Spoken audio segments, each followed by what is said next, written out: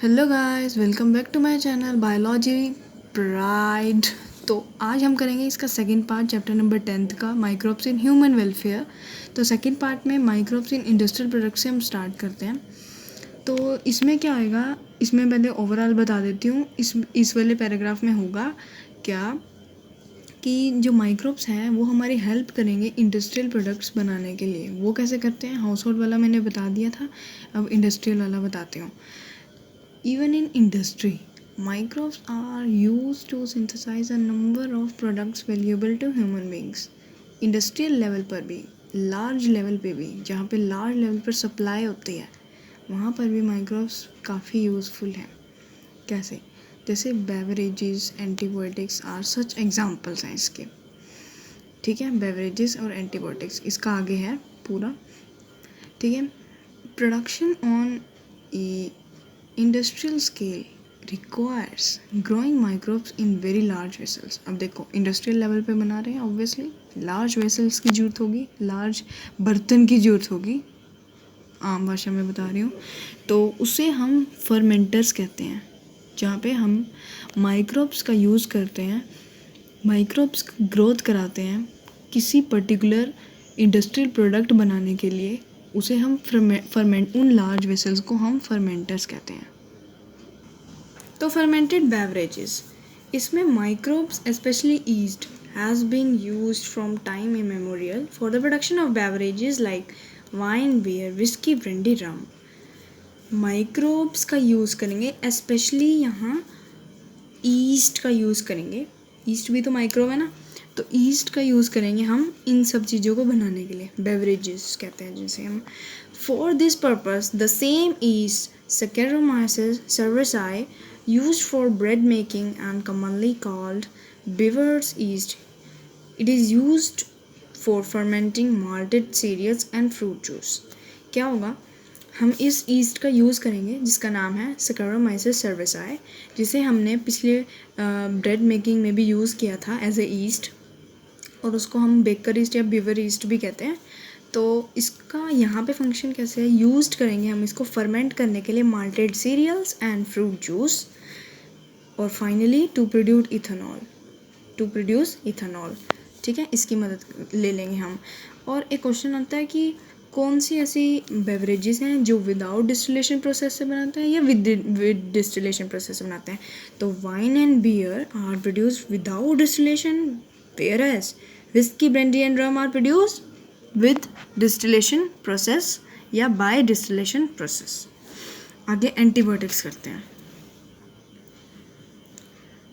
Antibiotics produced by microbes are regarded one of the most significant discovery of the 20th century and had greatly contributed towards the welfare of the human society। तो इस paragraph में क्या कह रहा है कि antibiotic जो हैं हमारे लिए वरदान है या हमारे लिए बहुत हेल्पफुल हैं 20th सेंचुरी के लिए, ह्यूमन वेलफेयर के लिए। ठीक है, इसका मतलब एंटी मतलब अगेंस्ट, बायोटिक मतलब अगेंस्ट द लाइफ किसके कंटेस्ट में कह रहे हैं, अगर एक पर्टिकुलर माइक्रोब है वो डिसीज़ कॉजिंग कर रहा है किसी प्लांट में या ह्यूमन बींग्स में, स्पेशली ह्यूमन बींग में डिसीज़ कॉजिंग कर रहा है, तो हम उसे एंटीबायोटिक दे देंगे। एंटीबायोटिक क्या है, अब उस बैक्टीरिया के, हम एंटीबायोटिक भी तो बैक्टीरिया से ले रहे हैं ना या माइक्रोब से ले रहे हैं, तो वो वाला माइक्रोब हेल्पफुल हो जाएगा दूसरे वाले माइक्रोब को किल करने के लिए, उसे हम एंटीबायोटिक कहते हैं। तो वही बताया, antibiotics are the chemical substances which are produced by some microbes and can kill or retard the growth of other microbes, यानी जो डिसीज़ कर रहे हैं कॉज, उनको मार देता है। वो केमिकल सब्सटेंस है जो कि प्रोड्यूस कर रहे हैं हमने कुछ माइक्रोब से, और वो किल कर देते हैं या उनकी रिटार्ड करते हैं, मतलब उनकी ग्रोथ को रोक देते हैं। किसकी ग्रोथ को, जो डिसीज़ कॉज कर रहा है माइक्रोब। आगे इसका पेंसिलिन एग्जाम्पल दे रखा है एनसीईआरटी में। एंटीबायोटिक यहाँ पे पेंसिलिन बताया है, तो पेंसिलिन जो है फर्स्ट एंटीबायोटिक है जो डिस्कवर करी है। अब कैसे डिस्कवर हुई, एक बार ये साइंटिस्ट का नाम है अलेक्जेंडर फ्लेमिंग, जो कि वर्क कर रहे थे स्टेफिलोकोकाई बैक्टीरिया का नाम याद रख लेना, स्टेफिलोकोकाई बैक्टीरिया पे डिस्कवर कर रहे थे या वर्क कर रहे थे। तो उन्होंने क्या ऑब्जर्व किया, जो उनकी एक अनवर्स्ड कल्चर प्लेट पड़ी थी, उनके उसमें एक मोल्ड ग्रो कर रहा था, जिसके अराउंड स्टेफोलोकाई, ये जो बैक्टीरिया जिन पे सर्च कर रहे थे, वो ग्रो ही नहीं कर पा रहा था। वो किस लिए हो रहा था कि ग्रो ही नहीं कर पा रहा था ये वाला बैक्टीरिया जो मोल्ड ग्रो कर रहा था। तो उसने क्या करा, उसने देखा कि जो मोल्ड केमिकल प्रोड्यूस कर रहा है ना, उसकी वजह से वो बैक्टीरिया मर गया था, ग्रो ही नहीं कर पा रहा था। ठीक है, तो उसने उसका नाम पेंसिलिन रख दिया after the mould penicillin notatum. अब उसने तो सिर्फ ये करा कि इनका केस बताया कि मोल्ड के अराउंड मतलब मोल्ड के अराउंड ये ग्रो ही नहीं कर पा रहा था, ये किसकी वजह से हुआ था, जो केमिकल रिलीज़ कर रहा था मोल्ड। ठीक है, इसका फुल पोटेंशियल मतलब पेंसिलिन का फुल पोटेंशियल मतलब इसका full use in the human welfare कि एज ए एंटीबायोटिक हम इसे यूज़ कर सकते हैं, वो दो साइंटिस्ट ने बताया, अर्नेस्ट चेन और होवर्ड फ्लोरी ने बताया। तो this antibiotic was extensively use to treat American soldier wounded, मतलब जो घायल हुए वर्ल्ड war II में अमेरिकन सोल्जर को, उनको ट्रीट करने में काम आया ये पेंसिलिन। और बाद में फ्लेमिंग, चेन और फ्लोरी को इसका अवार्ड भी मिला, नोबेल प्राइज़ मिला 1945 में इसकी डिस्कवरी के लिए, तीनों को मिला, Fleming, Alexander Fleming, Ernest Chain और होवर्ड फ्लोरी। आगे बढ़ते हैं। तो आफ्टर पेंसिलिन के बाद, पेंसिलिन की डिस्कवरी होने के बाद अदर एंटीबायोटिक भी हमने निकाल लिए माइक्रोब से, या प्योरीफाई कर लिए, या हमने डिस्कवर कर लिए दूसरे माइक्रोब से। ठीक है, अब बताते हैं कि जो एंटीबायोटिक्स हैं, अब यूज़ बताते हैं। एंटीबायोटिक ने क्या किया है, हमारी have greatly improved our capacity to treat deadly disease like plague, whooping cough, काली खांसी, डिप्थीरिया, गलगुट्टू एंड लेप्रोसी। इन डेडली डिसीज़ को भी एंटीबायोटिक की वजह से हमने ट्रीट कर लिया है। ठीक है, और जो कि पहले एंटीबायोटिक के आने से पहले मिलियंस ऑफ पीपल को ऑल ओवर द वर्ल्ड या ग्लोब को मार रही थी ये डिसीजेस। इसके आने से हमने इनको भी ट्रीट कर लिया है। अब हम पढ़ते हैं chemical, enzyme and bioactive molecule के बारे में। ये केमिकल, एंजाइम, बायोएक्टिव मॉलिक्यूल भी हमने माइक्रोब्स से लिए हैं, ये बात याद रखना। केमिकल, एंजाइम, बायोएक्टिव मॉलिक्यूल भी माइक्रोब से लिए हैं। ठीक है, microbes are also used for commercial and industrial production of certain chemicals like organic acid, alcohol and enzyme. अब देखो, एंजाइम के बारे में पढ़ेंगे, अल्कोहल और ऑर्गेनिक एसिड, जो कि किसने प्रोड्यूस किया है, किसकी वजह से हम लेके आए हैं, माइक्रोब्स की हेल्प से इनको लेके आए हैं हम। एग्जाम्पल बताती हूँ मैं ऑर्गेनिक एसिड के आपको। सबसे पहले एस्परगिलस निगर एक फंगस है, सिट्रिक एसिड प्रोड्यूस करता है। फंगस है एस्परगिलस निगर, सिट्रिक एसिड प्रोड्यूस करता है। एजिटोबैक्टर एसिटाई बैक्टीरिया है, एसिटिक एसिड प्रोड्यूस करता है। क्लोस्ट्राइडियम बोटिलिकम बैक्टीरिया है, बुट्रिक एसिड प्रोड्यूस करता है। लैक्टोबैसिलस बैक्टीरिया है, लैक्टिक एसिड प्रोड्यूस करता है।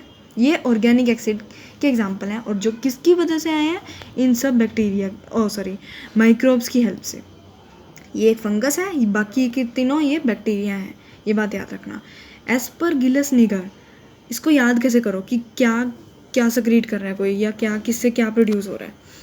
एस्परगिलस निगर ये एक फंगस है, ये सिट्रिक एसिड प्रोड्यूस करता है। एजिटोबैक्टर, बैक्टर से आप याद रख सकते हैं, एक ये बैक्टीरियम है, और एसिटाई से याद रख सकते हैं, एसिटिक एसिड प्रोड्यूस कर रहा है।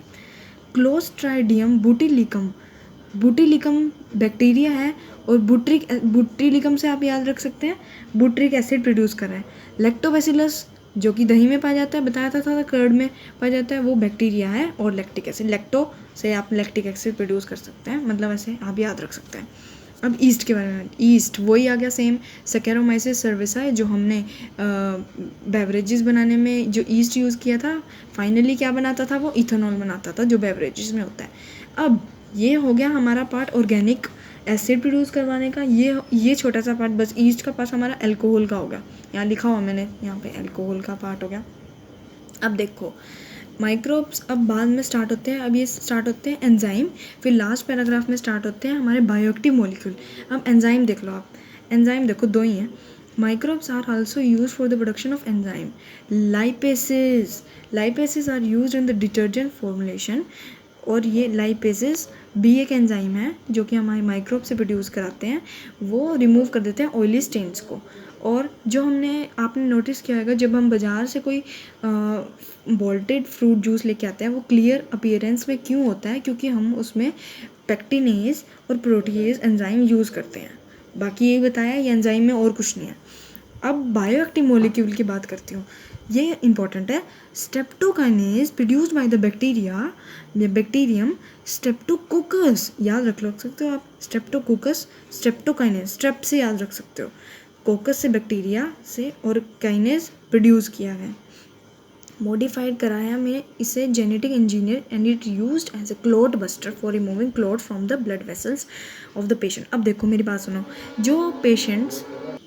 जो पेशेंट मायोकार्डियल इन्फेक्शन से उनके अंदर होता है, जो हार्ट अटैक के लिए एक मेजर कॉज होता है, तो उसमें उनकी जो ब्लड वेसल्स होती है ना, उनमें क्लॉट फॉर्मेशन हो जाती हैं ड्यू टू कोलेस्ट्रॉल लेवल या कुछ भी क्लॉट फॉर्मेशन हो जाती है, या कोई बैक्टीरिया आके बैठ जाता है, वो वहीं से क्लॉट बैक्टीरिया आके बैठ जाता है वहाँ पे, वो मतलब बैठ जाता है, वहाँ से कोलेस्ट्रॉल जो होता है वो जमा होना शुरू कर देता है, तो वहाँ से उनकी जो ब्लड वेसल्स होती हैं वो कंस्ट्रिक्ट हो जाती है, तो वहाँ से ब्लड वेसल्स का जो हमारा ब्लड का फ्लो होता है वो रुक जाता है, तो उससे हार्ट अटैक या एंजाइना हो सकता है। तो वो एज अ क्लॉट बस्टर, मतलब क्लॉट को तोड़ता है, तो स्ट्रेप्टोकाइनेज वहाँ पे यूज़ होता है। अब आगे अनदर बायोएक्टिव मॉलिक्यूल है साइक्लोस्पोरिन ए। तो साइक्लोस्पोरिन ए जो होता है वो कहाँ से हमें फंगस से मिलता है, ये हमें बैक्टीरिया से मिलता है, ये हमें फंगस से मिलता है, ठीक है, माइक्रोब से मिलता है, फंगस माइक्रोब से मिलता है, ट्राइकोडर्मा पॉलीस्पोरम नाम है। अब ये इसमें क्या होता है, जब हम किसी पेशेंट में ऑर्गन ट्रांसप्लांट करते हैं ना, तो उसकी इम्यूनिटी उसको रिजेक्ट कर देती है, उसकी इम्यूनिटी उसे रिजेक्ट कर देती है। पता है ना आपको, बीटा सेल्स, ठीक है, लिम्फोसाइट, ठीक है, बी लिम्फोसाइट सेल्स उसको रिजेक्ट कर देते हैं, उन्हें पता होता है कि हमारा ऑर्गन नहीं है ये, ठीक है, इसको रिजेक्ट करो। तो साइक्लोस्पोरिन ए उसकी इम्यूनिटी को ही सप्रेस कर देता है, ठीक है, इम्यूनिटी को सप्रेस कर देता है, ताकि उसके अंदर वो रख ले, मतलब उस ट्रांसप्लांटेशन हम अच्छे से हो जाए, ठीक है, ये इसलिए यूज़ होता है, ठीक है। और statins produce another bioactive molecule है, ये हो गया स्ट्रेप्टोकाइनेज। 3 बायोएक्टिव मॉलिक्यूल है, स्ट्रेप्टोकाइनेज जो कि बैक्टीरिया से लिया है, स्ट्रेप्टोकोकस, साइक्लोस्पोरिन ए जो कि फंगस से लिया, ट्राइकोडर्मा पॉलीस्पोरम, और स्टैटिन्स ईस्ट से लिया है, मोनास्कस पुरपुरियस। हम इसको ब्लड कोलेस्ट्रॉल लॉरिंग एजेंट कहते हैं।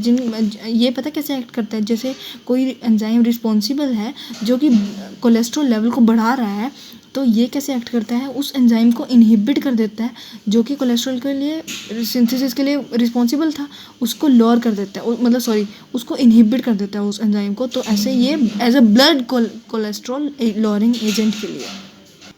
तो अब हम करते हैं माइक्रोब्स इन सीवेज ट्रीटमेंट। तो सीवेज ट्रीटमेंट के लिए माइक्रोब्स का कैसे यूज़फुल है। सीवेज ट्रीटमेंट मतलब जो गंदा पानी होता है, उसके ट्रीटमेंट के लिए हम माइक्रोब्स का कैसे यूज़ कर सकते हैं। मेरी बात सुनो, जो हमारा सीवेज होता है ना, जो हमारी कॉलोनी से वेस्ट वाटर जाता है, सिटीज़ टाउन से जो जाता है, उसको सीवेज कहते हैं। It contain large amount of organic matter undigested waste, और माइक्रोब्स उसमें कंटेन होते हैं, ठीक है। Many of which are pathogenic microbes उसमें होते हैं, ठीक है। तो हम इस सीवेज को डायरेक्टली रिवर बॉडीज़ या ओशंस में ट्रांसफ़र नहीं करते, क्योंकि वहाँ पे यूट्रोफिकेशन हो जाता है। मतलब कैसे, वहाँ पे हम उनकी जो फिशेस ओशंस में जो एनिमल्स रहते हैं, उनके लिए ये हार्मफुल हो सकता है, ठीक है। तो हम इसको डायरेक्टली उसमें ट्रांसफ़र नहीं कर सकते। तो इसको सीवेज ट्रीटमेंट प्लांट कहते हैं। सीवेज ट्रीटमेंट प्लांट से हम इसको पहले लेस पोल्यूटिंग बनाएंगे, ठीक है, लेस पोल्यूटिंग बनाएंगे। Treatment of waste water is done by heterotrophic microbes naturally present in the sewage. ये प्रेजेंट होते हैं माइक्रोब्स। अब देखो, ये ट्रीटमेंट स्टार्ट होती है 2 स्टेप में। एक होती है प्राइमरी ट्रीटमेंट और दूसरी होती है सेकेंडरी ट्रीटमेंट। सेकेंडरी ट्रीटमेंट को मैं बायोलॉजिकल ट्रीटमेंट भी कहूँगी, एनसीईआरटी में मेंशन है, क्योंकि हम इसमें यहाँ पे माइक्रोब्स का यूज़ करेंगे सेकेंडरी ट्रीटमेंट के लिए। अब प्राइमरी ट्रीटमेंट बताती हूँ। प्राइमरी ट्रीटमेंट में हम फिजिकल रिमूवल कराते हैं पार्टिकल्स का, चाहे वो लार्ज हो या स्मॉल हो, from the sewage to filter. अब देखो मेरी बात सुनो, बुक की तरफ मत देखो, मेरी बात सुनो। प्राइमरी ट्रीटमेंट होता है और सेकेंडरी ट्रीटमेंट होता है। सेकेंडरी ट्रीटमेंट को मैं बायोलॉजिकल ट्रीटमेंट भी कहती हूँ। प्राइमरी ट्रीटमेंट में 2 स्टेप होते हैं, फिल्ट्रेशन और सेडिमेंटेशन। फिल्ट्रेशन क्या होता है, जो ऊपर का डेब्रिस होगा, फ्लोटिंग डेब्रिस होगा, मलबा होगा ऊपर का, वो कैसे रिमूव होएगा, फिल्ट्रेशन के थ्रू। और नीचे जो बैठा होगा, जो भारी पार्टिकल्स होंगे, सॉइल ग्रिड पार्टिकल्स, वो कैसे जाएंगे, सेडिमेंटेशन के थ्रू। 2 चीज़ें होगी। फिजिकल रिमूवल में प्राइमरी ट्रीटमेंट होता है, प्राइमरी ट्रीटमेंट में फिजिकल रिमूवल होता है, उसमें 2 स्टेप होते हैं, फिल्ट्रेशन और सेडिमेंटेशन। ये बता दिया मैंने, ठीक है। और all solid that settle from the primary, अब उसके बाद जो सेटल होगा सॉलिड, उसे हम प्राइमरी स्लज कहते हैं। और जो सुपर नेटेंट, मतलब जो ऊपर ऊपर रह जाएगा, वो एफिलेंट। अब ये जो एफिलेंट है, जो गंदा पानी हो जाए, देखो मोटी मोटी चीज़ तो निकल गई, अब छोटी छोटी चीज़ कैसे जाएगी, उसे हम एफिलेंट कहेंगे, जो ऊपर ऊपर आ जाएगा।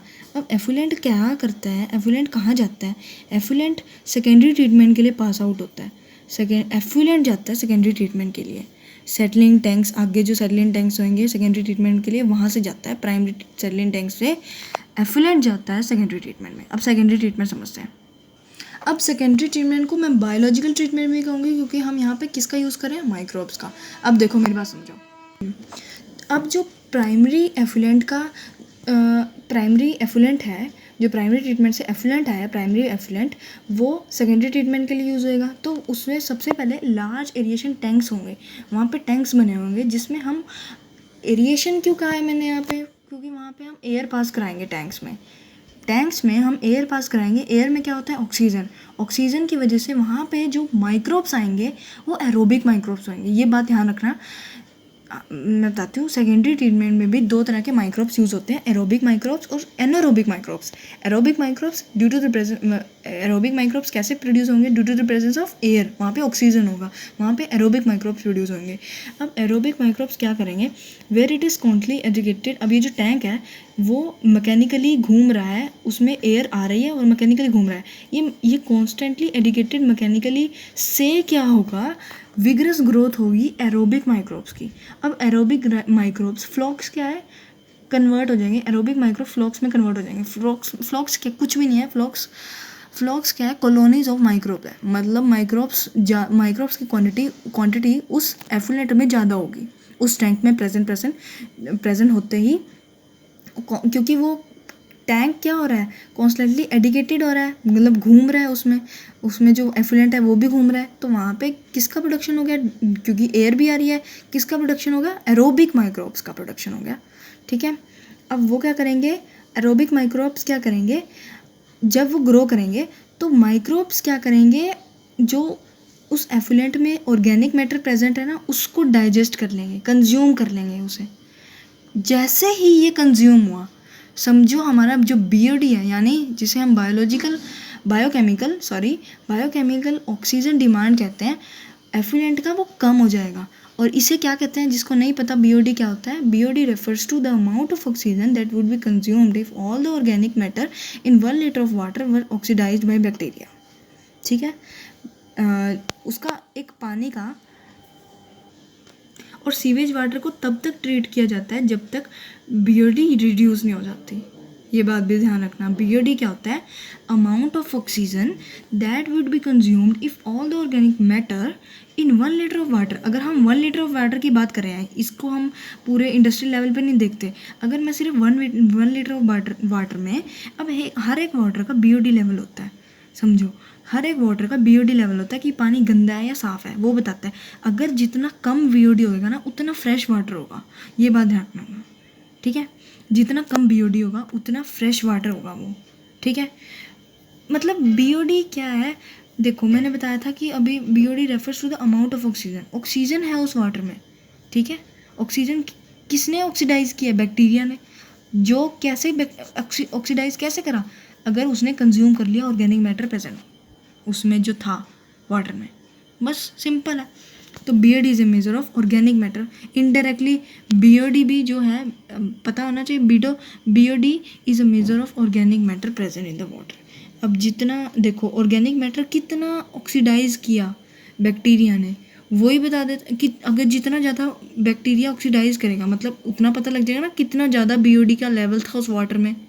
अब जितना टाइम लेगा उतनी धीरे धीरे फिर वो बीओडी का लेवल कम होगा, है ना, ये बताता है। अब वंस द बीओडी, अब यहाँ से ना इस वाले पैराग्राफ से एनारोबिक माइक्रोब यूज़ होंगे। इस वाले पैराग्राफ में एरोबिक माइक्रोब यूज़ हुए थे। मैं बता रही हूँ, सिर्फ पैराग्राफ वाइज नहीं है, बता रही हूँ इस स्टेप में हमें एरिएशन टैंक यूज़ किए थे जिसमें एयर पास कराई थी और एयर में क्या होता है ऑक्सीजन, तो वहाँ से प्रोड्यूस हुए थे हमारे एरोबिक माइक्रोब्स। यहाँ पे एनारोबिक माइक्रोब्स यूज़ हुए। जैसे ही अब देखो जैसे ही बीओडी का लेवल कम हुआ, जैसे ही बीओडी का लेवल कम हुआ, जो एफिलेंट है उसको सेटलिंग टैंक में रख देंगे जहाँ पे उसके बैक्टीरियल फ्लॉक्स सेडिमेंट हो जाएंगे, मतलब उनको एज अ बेस तैयार हो जाएगा। और हम इस सेडिमेंट को क्या कहते हैं, एक्टिवेटेड स्लज कहते हैं। मेरी बात सुनो, जैसे मैंने आपको as a household products में इनोकुलम के बारे में बताया था एज अ स्टार्टर। जब हमने दही बनाई थी दूध से, तो हम ऐसे खट्टा डालते हैं, तो खट्टा वो क्या है, एज ए इनोकुलम। थोड़ा सा हम कर्ड पहले ही रखते हैं। तो वैसे ही हम इसमें भी जो हमारा एक्टिवेटेड स्लज है जिसमें सिर्फ एफुलेंट है, वो एफुलेंट क्या हो गया, वो बीओडी, उस एफुलेंट का बीओडी कम हो गया अब, ठीक है। उसको हम वो जो हमने पहले वाले माइक्रोब यूज़ किए थे ना एरिएशन टैंक वाले में, कुछ माइक्रोब्स हमने वहाँ पे भी ट्रांसफ़र कराए थे। मतलब जो हमारा पहले एरिएशन टैंक में हमने माइक्रोब्स करवाए थे ना, प्रोड्यूस करवाए थे, तो वहाँ पे हमने अब इस वाले में जो वहाँ पे एज अ स्टार्टर यूज़ कर रहे थे। मतलब जो यहाँ पे हमारा ये तो कंटिन्यूसली प्रोसेस हो रहा है ना, तो हम ये जो हम लार्ज एरिएशन टैंक में हमने जो एरोबिक माइक्रोब यूज़ किए थे ना, उस एफुलेंट का एक्टिवेटेड स्लज जो यूज़ किया था वो यहाँ से ही आया है एज अ स्टार्टर। थोड़ा सा यहाँ से है, बाकी वहाँ से प्रोड्यूस हुआ है, जो गंदा पानी आ रहा है कंटिन्यूसली वहाँ से, ठीक है, यही है बस।